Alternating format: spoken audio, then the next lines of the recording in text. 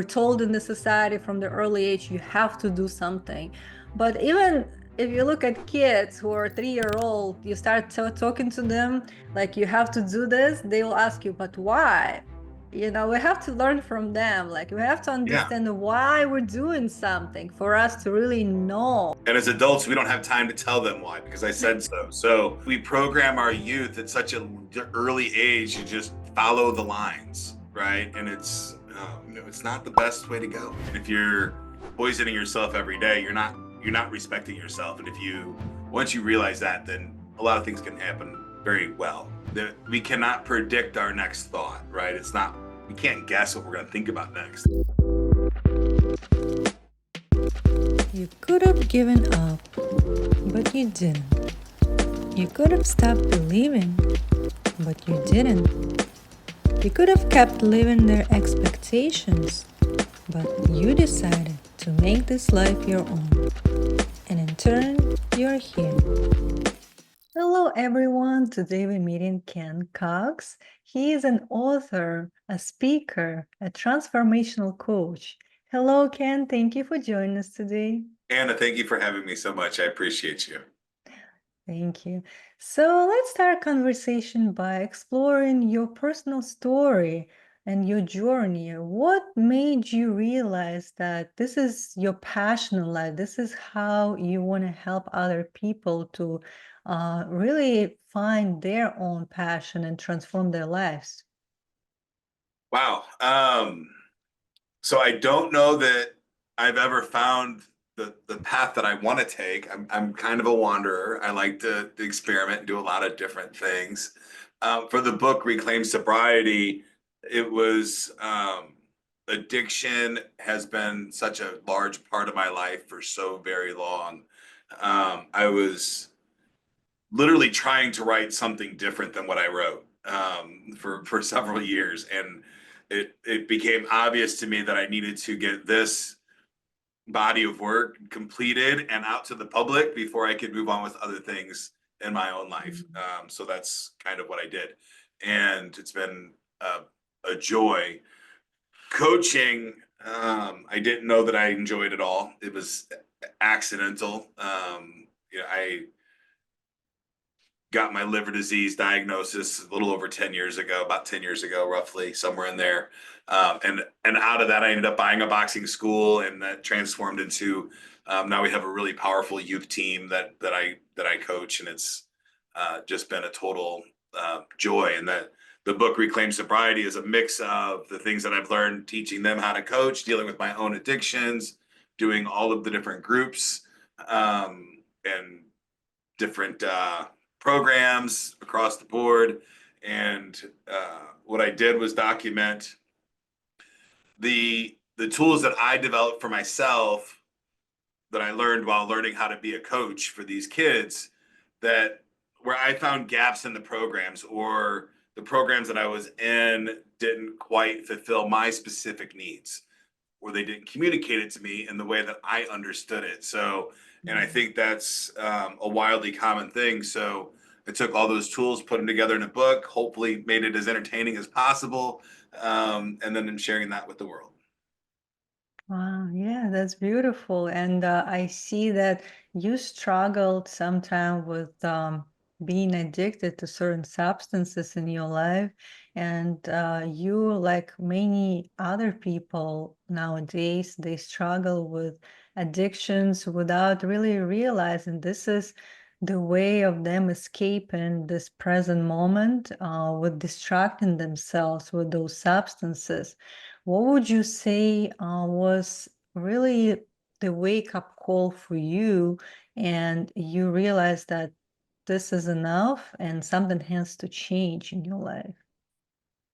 Yeah, and I don't think that I'm wildly unique. Um, I didn't have that moment. I never had a moment. I had a series of things, and my the first time that I was forced to quit drinking alcohol, I was 13 years old. I was arrested. I was put in AA. They would, Mhm. random breathalyzers at school and stuff like that. So, but that was kind of like, you're making me not do the thing that I want to do. So I was resentful for that. And then, many years later, in my 30s, I got pretty bad and I had to go through detox, and then that, didn't last very long. But then when I got my liver diagnosis, it was clear I had to stop or die. I mean, those are the two Yeah. choices, right? Um, so I decided to live, and that was what I wanted to do. And but through that, I learned really how to appreciate life a lot more. Um, but I was still very angry. Like, I was not drinking. I was now addicted to Xanax, Mhm. and I was angry about the entire process. I wasn't happy. I was still having panic attacks. I was still having triggers. All of these things for several years, until I made some pretty big realizations on myself, how I am, and correlated the programs with what I was teaching these kids learning how to box. Um, that I knew there was a moment in my life, and it was after a bad event, but it did involve some alcohol. Um, that I realized that as long as I identify as an addict, that Mm. I will always be an addict. And that's kind of the catalyst moment that I'm like, oh, I have to stop identifying as this person. I have to change who I am as a human. And a little embarrassing that it took that long to figure that out with all of my training and my coaching classes and my certificates and all of Mhm. these things that I've acquired to help other people, that it took that long to realize that, oh, as long as I identify as a thing, I will be that thing, and it Mm. will it will control my life. So that's where Reclaim Sobriety comes from. And I had to figure out how to identify as a sober man and not an alcoholic or not an addict. And that's really um, what changed the entire game for me. It gave me the ability to walk into all the places that I would be triggered prior to that Mhm. and not be triggered anymore, which is, um, if you've ever been burdened by something, when the burden is released, it's quite a beautiful experience. Yes, definitely. And you now liberated of being attached to that identity which you really created in your mind. It wasn't ever real, right? And you just came to realization at some point that this is was the cause of your suffering, and you are the one that was perpetuating the cycle of that. And once you stop and you question yourself, who am I? Am I really that? Do I want to continue living this life? And the answer was apparent to you, and you made the decision. You start taking responsibility towards change. And that's where everything in your life started turning around. And I'm glad that you shared, something that a lot of people would consider maybe weakness or being vulnerable, right? But this is something we need to talk about. This is something we need to hear, because a lot of people struggle and we're not alone in that. And with us understanding that there are tools and practices and practitioners available to help us get through that moment, to really wake up from what we're dealing with and to face the reality of things, that's where it gets hard, and sometimes we need help and support with that. And I want you to really talk more about the book, Reclaim Sobriety, and what are the main pillars that it stands upon, and what helped you to shift the identity and start looking at yourself as a sober man, and what are the practices that you incorporate in your lifestyle that helped you to get through any relapse that might have happened if you didn't do that. And I don't think that there's a silver bullet, and I talk about that a lot. So the book is, um, so when I have these kids in my gym that I'm teaching them, they walk in off the street and they're little goobers, right? They don't know anything, and they're 12, 13, 14 years old. And all they know is that they want to box because they've seen it on TV. And I tell them, like, you Mm. shouldn't do this. This is dangerous, right? Like, you're gonna walk into a crowded room. You're gonna in shorts, half naked, and you're gonna stand in a ring with thousands of people looking at you, and you might get beat up, and you might make a total fool out of yourself. Like, it's a Yeah. 50-50 shot. You never know. And they're looking at me with, I want to do it, but they're scared. And then you go all the way up to the points where they're getting into the ring, and now the nerves are really, really crazy. And how do you talk to them? And how do you um, get them from the mindset of, I'm just a little kid, so I'm a gladiator that's going to step into the ring and I'm going to compete in Mm. this combat sport. And there's a lot of mindset shift changes that you have to go through. So one of the things that I implemented right away was the core values of a gladiator. And these are the core values that we developed as a way to overcome and change how I feel about myself.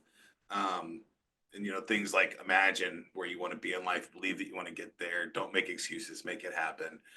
All of these different core values. And I love them. I say them loud every single day to the team, right? We talk about them and what Yeah. they mean and what they mean to us and that. So really when I started the book, I was writing it just about the core values of the team and what that looked like and the transformation of these kids.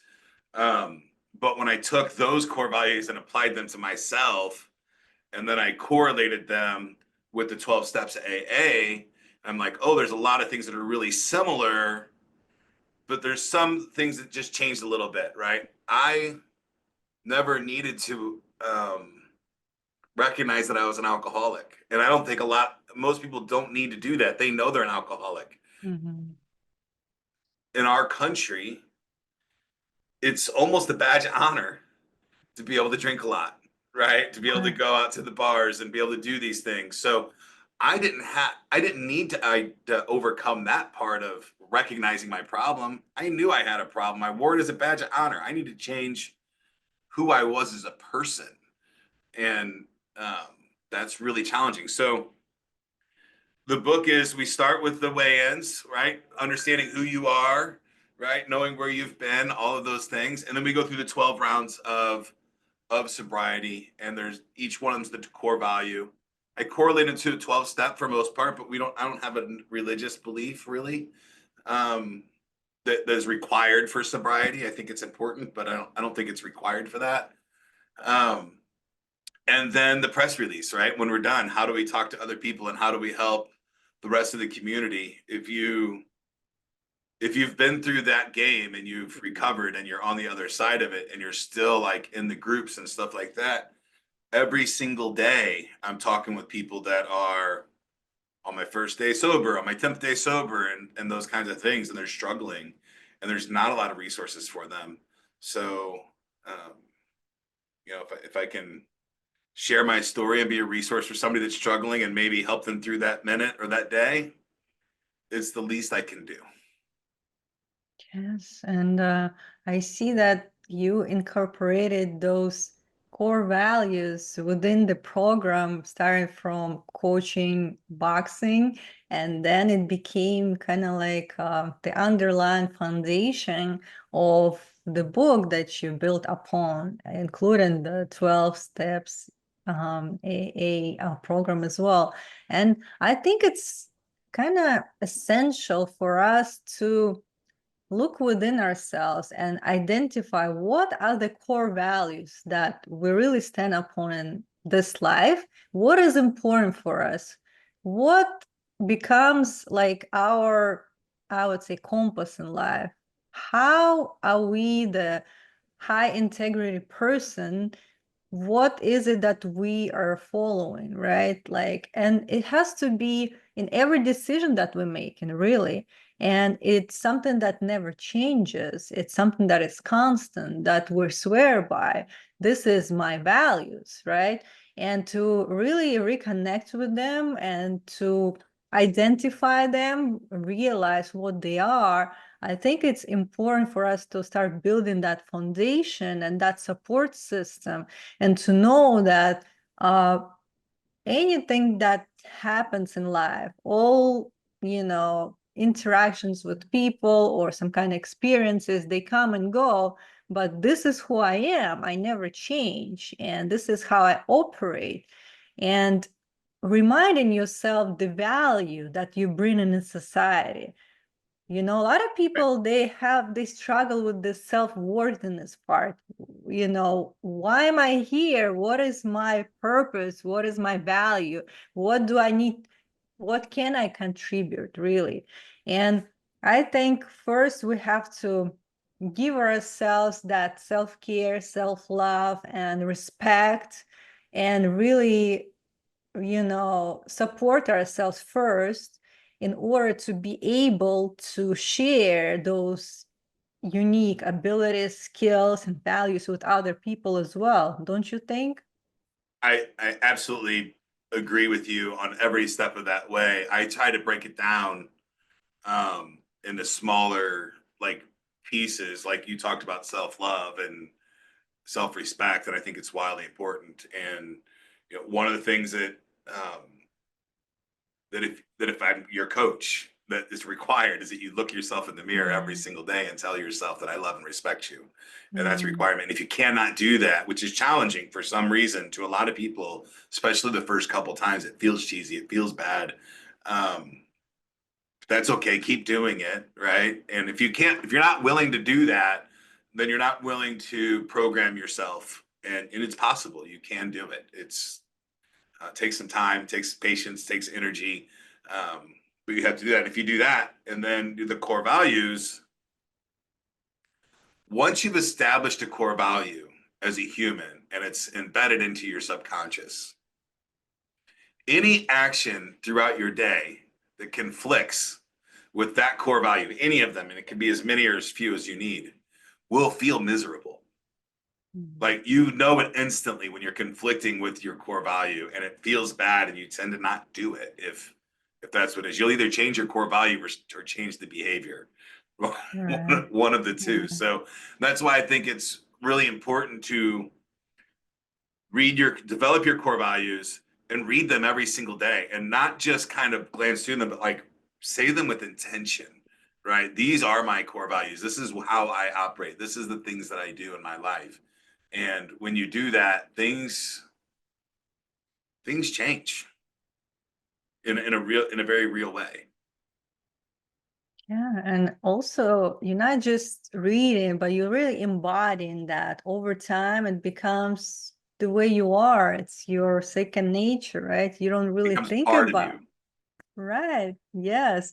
And I like this exercise with the mirror, where I think everybody should do it at least once a day. Come to your reflection, look at yourself, and really see yourself. Not try to fix what you think is wrong with you, but try looking for something that you love about yourself, compliment yourself, and really, you know, acknowledge this person standing in front of you and start seeing it for what he or she is. And with you doing that on a daily basis, really, the way you start really treating yourself changes. And if you don't treat yourself in a loving manner, you can expect other people to treat you the same way. First, you have to show them how you want to be treated. That's what I believe. I 100% agree, right? And if you're poisoning yourself every day, you're not respecting yourself. And if you once you realize that, then a lot of things can happen very, very, very well. I think the other thing that I like to get across to people is, there's thought and your mind is where we get trapped a lot. And it is absolutely true that we cannot predict our next thought, right? We can't guess what we're going to think about next. But what is really powerful is that we can choose to think about what we want to think about. We can choose to think about happy thoughts and we can make that conscious decision, say, hey, I want to be in a better mood. I'm going to think about these things. And sometimes it's hard, really, really Mhm. hard. But if you can, string a couple of positive thoughts together and then keep doing that and um, I'm not saying you're not going to have a bad day, and that's not going to fail on you from time to time. And it takes a lot of energy to make sure that you're staying in the right mindset on a regular basis. But it is if you want to succeed at a high level on this planet as a human, I believe that is one of the requirements. Definitely. And I think it starts with prioritizing our mental and physical health enough to do something about it. If I know it's important for me, I want to make sure I focus my attention on something that will bring me to that state of mind, to that really desire to, do something good for myself, to maybe go to gym or to listen to some podcast, to meditate, right? How can I bring in my practices in my daily life so that it supports me every step of the way? And it's up to me to schedule that time, to create that time. I'm the one managing my time. So Yes. every one of us is capable of doing that. But do we really have that desire to do it for ourselves? Do we think it's important? Without a core value of love and respect, then no, it's not important. But if you have that value in your life, then when you're doing the thing that you know conflicts with it, you'll have an itch to do something different. Yeah. If you've really embedded that core value. If you haven't, then it's easy to blow it off. But if you've embedded that really deep into your subconscious and being who you are, then it's not real challenging to get up and go to the gym that day. Yeah, definitely. I think like once we start really showing ourselves this self-love, care, and respect, everything like follows suit, and we will find ourselves really choosing better, healthier option when we eat. Then we like refuse uh take some kind of substances that we know is harmful for our body, right? Everybody knows that, but really we just, like you said, it's glamorized in the society, and everywhere you go they would ask you, what do you want to drink? So basically they expect you to order that, right? So it takes courage, I would say no sometimes, because you want to blend in, you want to be cool and all of that. But who are you really trying to impress? Are you trying to please people around you? Is it more important for you than your own health? So you have to ask your question, why am I doing what I'm doing? What is the reason? What is your why of your actions? And I think in our society, at least, a big portion of that is alcohol, and I can only speak for men, is the manly thing to do. It's what makes you a man. Whiskey puts hair on your chest. There's all kinds of vulgar other statements that I could say that I'm not going to. That when you're young, growing up, you're told about alcohol, and it's your way. It's a way to be a man. Mhm. And for a lot of people, with any other insecurities in their life, that's something that they can do, and they can assimilate with all the other men around them instantly by picking up that beer. And Yeah, you're part of that tribe instantly. And forget about the physical and addictive parts. The fitting in with the group instantly is intoxicating all by itself. definitely. And yeah, like maybe for men it's even harder to say no, I would say. But also, you know, we have to learn first how to set up boundaries, how to choose people we interact with. It's okay if you realize that this certain person is, like a bad influence for you. You can distance yourself. And we also, like we are afraid of being alone. We want to be a bit, we want to belong to, being with other people. And for us, it's kind of like maybe a wound that we're trying to avoid. And we do no matter what to say yes to everyone because we think like then we're going to be accepted, right? And it's not the way to really establish the best support system for yourself. You have to see really what is a good or bad influence for what you want to achieve in life. If it's not in alignment with your vision of who you are, who you see yourself to be, where you're going, it's just it has to be like apparent for you what is the decision has to be made. And as hard as it sounds, you have to be the one making that decision and see, like, I feel like if that's a true friend, you would never lose that person. If something wasn't right from the beginning, or there's some kind of agenda going on, that person will fall apart no matter what, and nothing you can do to keep that person in your life. But you have to be really, you know, you have to know what you want, and you have to set up boundaries and not being afraid to do that. Yeah, and we put so much value on ourselves of what we can do for others, right? And we want, because that's how we get paid. That's how we Yeah. survive, right?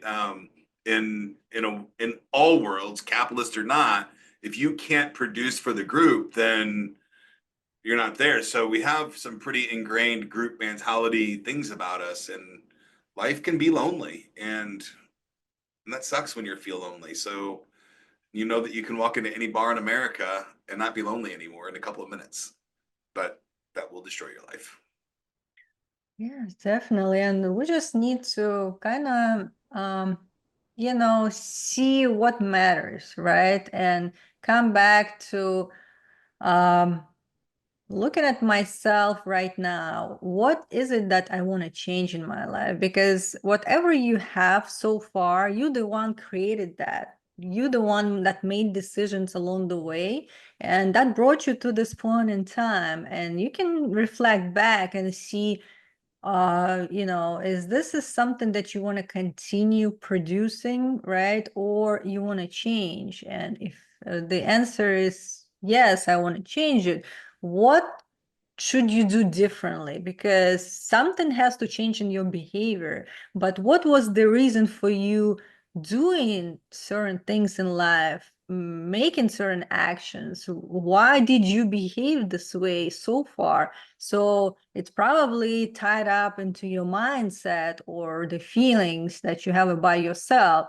So first you have to kind of like give yourself this time to explore and reevaluate that, and to know what you want and where you see yourself going, and readjust how you want to go about it. What do you want to change? And like with help of some practitioners or coaches, you can make that shift maybe to do more easily or faster for you. Because I feel like we need somebody who listens, who creates space, who can see the blind spots. Sometimes we don't see it within ourselves, most of the time. And with us really like knowing that this is a safe space for me to share, to open up, it first of all creates the healing opportunity and the opportunity for growth as well, because it's been reflected back to you to understand something about yourself that you didn't know before, or it was hidden in your mind. Yes. And it's so deeply rooted, right? We live in an authoritative ruled world. As soon as we're a little bitty child, we're told, put your pants on, keep your shirt on, go to school, eat the 3 meals a day, and we are taught to just do what we're told throughout life. And at some point, I don't think you're being told to consume substances that are killing you, but you're definitely being influenced, and it feels like you're being told to do it.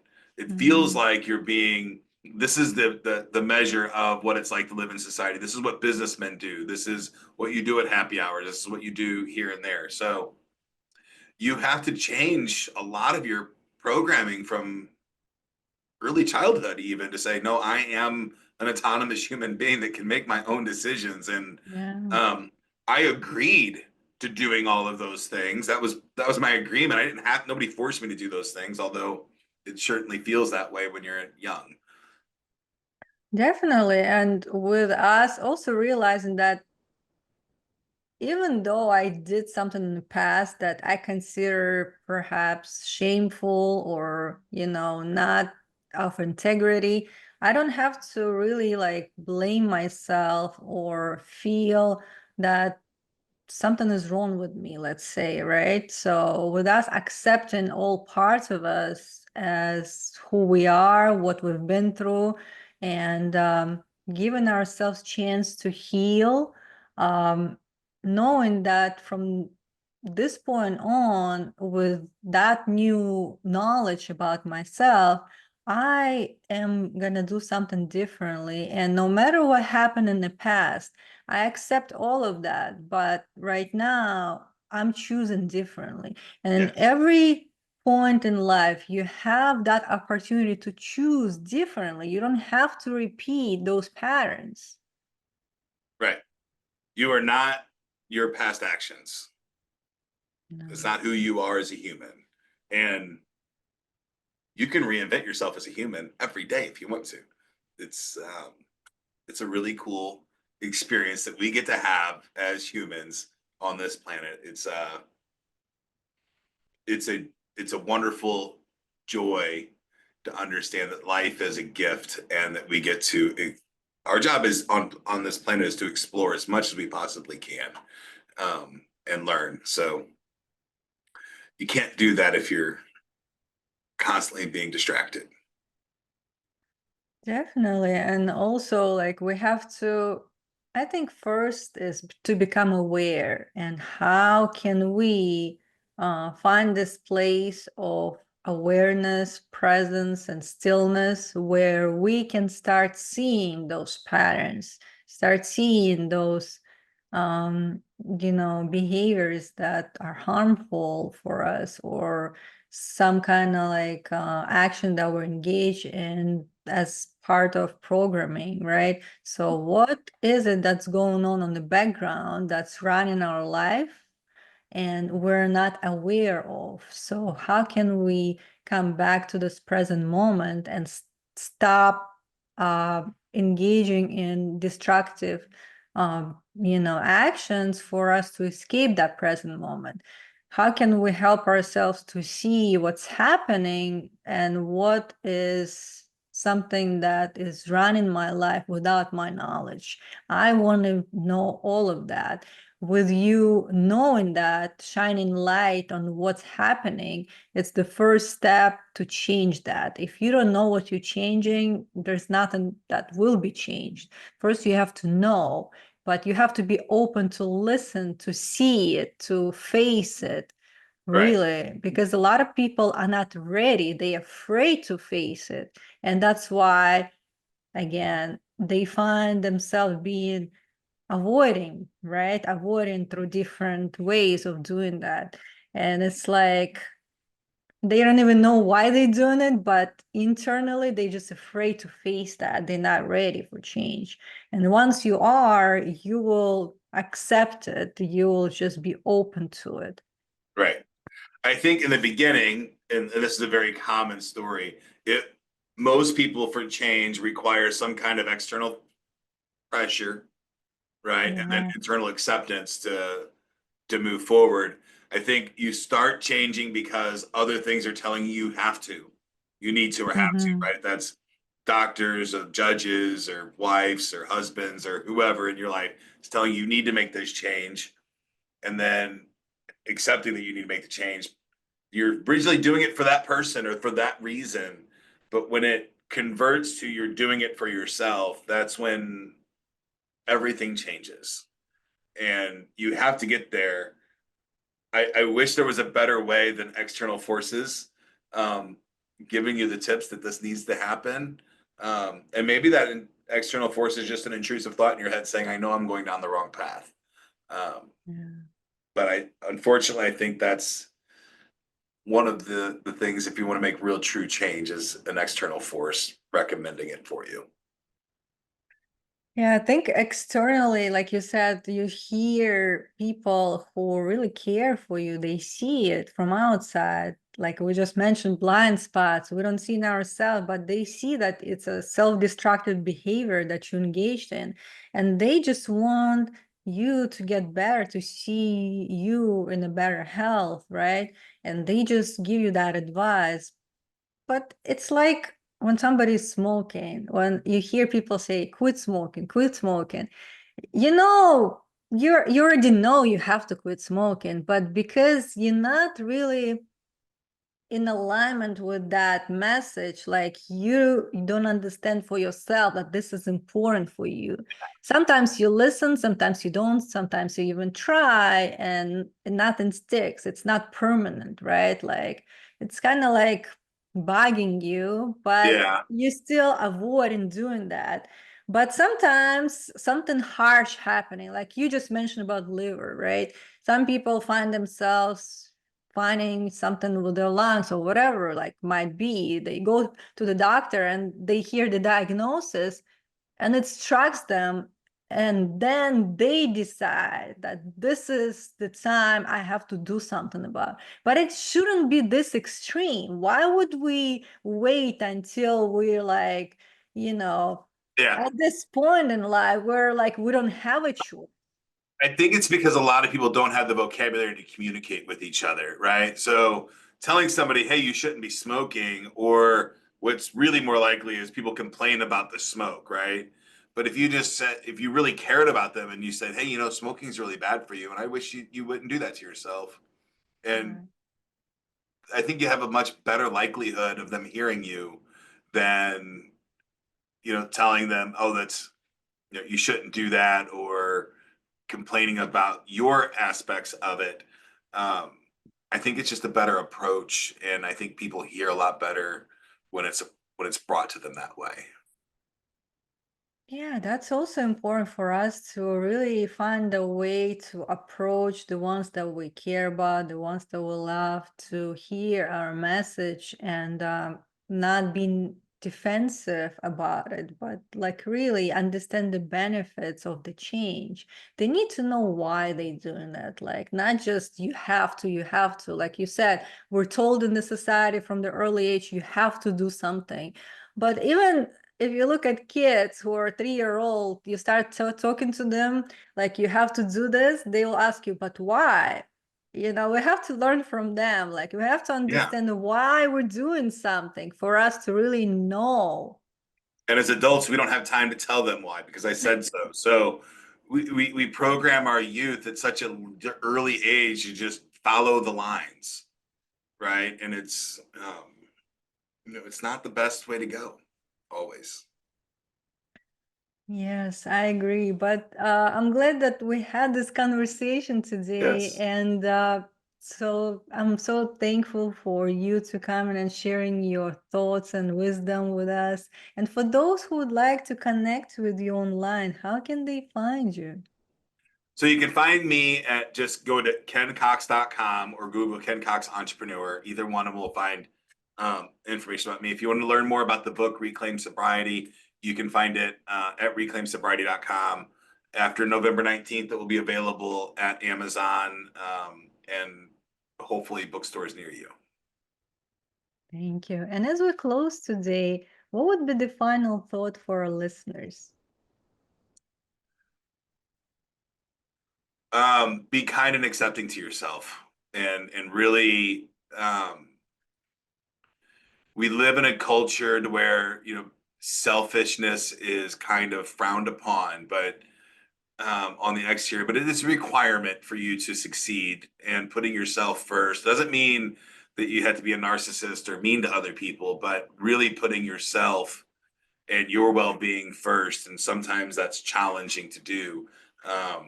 But the pilot doesn't say put your mask on first for no reason. And work on yourself so you can be there for other people. And I think that's um, the best message that I can give out to the world today. Thank you so much. I hope you enjoy your day. I did. Thank you so much. I hope you enjoyed this episode, and if you did, hit the subscribe button and share it with others. Stay tuned.